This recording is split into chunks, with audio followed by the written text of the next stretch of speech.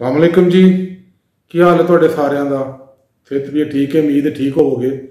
अज ना मैं तुहाडे नाल एक गल करनी है। मैं अज एक गल सुनी है तो मैं तुहाडे नाल गल लाजमी करना चाहना, तो मैं यह भी चाहांगा कि तुसीं अमल करो। मेरा एक दोस्त है, उहदा अब्बू फोत हो गया।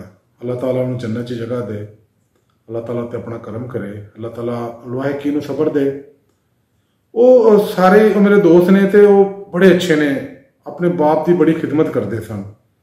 वो मैनू गल सुना रहे ने कि चूंकि साडे वालिद मोहतरम जो बाहरों आते सन, असीं उन्होंने बिठा के उन्होंने बूट उतारते सां, उन्होंने जराबां उतारते सां, फिर उन्होंने असीं हथ पैर घुटते सां।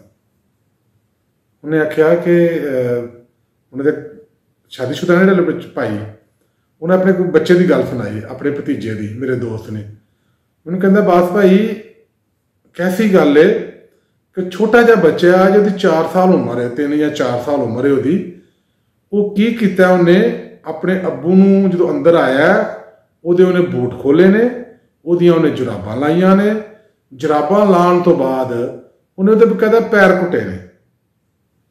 इत्थों गल सुनाउण दा मकसद है कि बच्चे नकाल हुंदे ने, बच्चे नकल करते हैं, वो जो वेखते हैं वो करते हैं।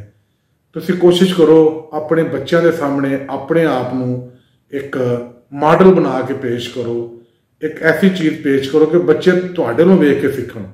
इत्थों मैनूं एक गल याद आ गई है।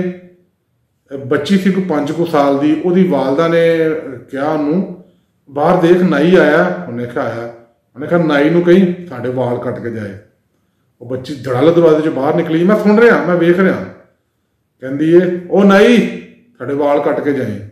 मैनू बड़ी शर्म जी आई। मैं क्या ही अच्छा हुंदा कि यह जिहड़ी खतून है, मुअज़्ज़ज़ खतून है जिहड़ी, अपनी बच्ची नूं कहंदी बेटा बाहर देख नाई बैठा है। वो उन्हें कहा जी बैठा है। उन्हें कहा तेरे अब्बू तो वड्डा है, तेरा ताया लगता है, उहदे कोल जा। उन्हें कहा ताया जी सलाम अलैकुम, तुसीं लस्सी पीनी है, कोई चाह पीनी है, रोटी खाने का मूड है?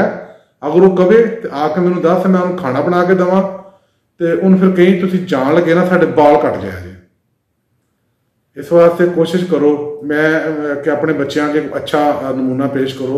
मैनूं अज बड़ी वैसे गल सुन के खुशी हुई, एक छोटा जिहा बच्चा, मैं उन्होंने मिलिया भी हाँ, कि वो अपने बाप नूं उस तरह ट्रीट कर रहा, उस तरह सलूक कर रहा, उस तरह मुहब्बत कर रहा जिवें वो अपने बाप नाल करदे सन। शाद रवो जी, आबाद रवो, खुदा हाफिज़।